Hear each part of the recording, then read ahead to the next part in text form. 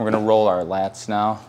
So we wanna make sure that we start in a shortened position for the muscle, and then we're gonna lengthen it. We wanna go all the way up to our armpit and all the way down towards like the end part of our ribs, but stay on the side. It's important to be on your side.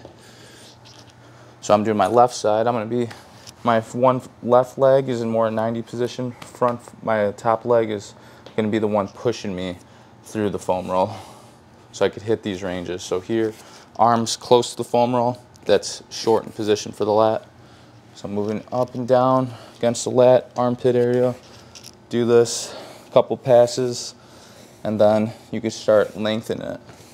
So here's lengthen, shorten, and lengthen at the same time. So I'm gonna stop here, so here, and lengthen, back and forth. So you're just trying to pin and stretch the muscle. So the foam roll is pinning the area, and I'm stretching it.